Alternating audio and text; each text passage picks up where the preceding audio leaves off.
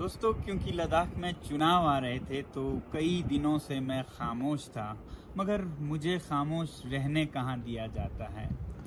हाल ही में एक doctored clipped छोटा सा एडिटेड वीडियो चलाकर मुझे बदनाम करने की कोशिश की जा रही है। ऐसे दिखाना चाहते हैं कि जैसे मैं कोई एंटी नेशनल हूँ। अभी मैं एक सामान्य सा ट्वीट कर रहा था तो देखा कि उसमें बहुत से लोगों ने चाइनीज़ एजेंट वगैरह वगैरह कह के ट्रोल किया है। दरअसल ये भारत की बदनसीबी होगी कि सीमा पर जो लोग इतने देशभक्त हैं उनको देशद्रोही या एंटी नेशनल दिखाया जाए।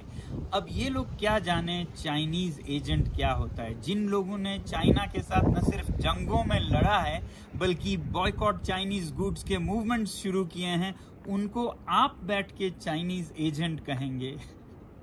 ऐसे डॉक्टरेट एडिटेड वीडियोस मैंने पहले भी कई देखे हैं बदनाम करने के लिए, मगर इस बार इलेक्शन के एक दिन पहले ये चलाया जा रहा है। जरा देखते हैं इसमें क्या है। कोई भी इलाका खुश होना चाहिए, वो जहाँ चाहें जाने चाहिए। तो इसीलिए आपने सुना होगा रेफरेंडम्स होते हैं, प्लेबिसाइट्स होते हैं। तो अगर ऐसा सबका विचार है तो फिर कश्मीर में क्यों नहीं। अब आप में से भी कुछ लोग शायद सोचें कि ये क्या एंटी नेशनल बात चल रही है। तो अगर आपको सच्चाई पता चल गई तो आपके शायद आंखों में आंसू आए। दरअसल कुछ दिन पहले कारगिल के एक नेता सज्जाद कारगिली साहब ने एक ट्वीट किया था जिसमें उन्होंने कहा था कि अगर लद्दाख को स्टेटहुड नहीं दिया जाए तो सरकार लद्दाख को जम्मू कश्मीर में फिर दोबारा मिलाने की सोचे।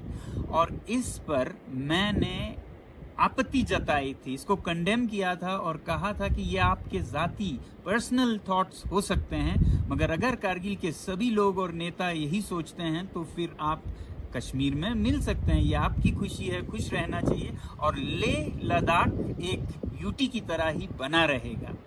तो इस मुद्दे पर भी मैं चाहूँगा कि कारगिल के जो बाकी लीडर्स हैं या तो वो उन्हें इस बात से अलग करें और मजम्मत करें कि ये कारगिल का ख्याल नहीं है कि जम्मू कश्मीर में फिर जम करें।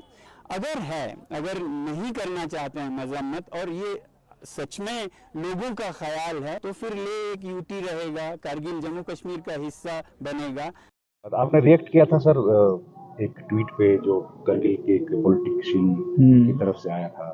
तो यूटी बनने के लिए लंबी डिमांड थी इस इलाके में, लेकिन वहाँ पर कहते हैं कि आज भी कश्मीर के साथ जाने में उन लोगों को तो इस पर आपका विचार क्या है? नहीं, तो मैं यही पूछ रहा था कि ये कोई अपने जाती विचार तो लोगों के हो सकते हैं, अगर पूरे रीजन का, पूरे आबादी का हो तो फिर हम दुआ करेंगे और मेहनत करेंगे कि ऐसा ही हो। फिर अगर मतलब दुनिया में कोई भी इलाका खुश होना चाहिए, वो जहाँ चाहें जाने चाहिए। तो इसीलिए आपने सुना होगा रेफरेंडम्स होते हैं, प्लेबिसाइट्स होते हैं। तो अगर ऐसा सबका विचार है तो फिर कश्मीर में क्यों नहीं। अब इस वीडियो के एक छोटे से क्लिप को दिखाकर ये दिखाया जा रहा है कहीं कि मैं लद्दाख पूरे को फिर से जम्मू कश्मीर में मिलाने की बात कर रहा हूँ या फिर कश्मीर को प्लेबिसाइट कराने की बात कर रहा हूँ। असल में मैं भारत सरकार की जो अभी की पोजीशन है उसका सपोर्ट करते हुए ये कह रहा था कि लद्दाख एक यूटी बना रहेगा, चाहे कोई जाना चाहे तो उन्हें आज़ादी हो, अगर वो खुशी से जाना चाहें कश्मीर के साथ मिलने के लिए। बदकिस्मती से ऐसे सारे कमेंट्स और पोस्ट्स ऐसे लोगों के द्वारा दिए जाते हैं जिनके आगे लिखा होता है मोदी के परिवार।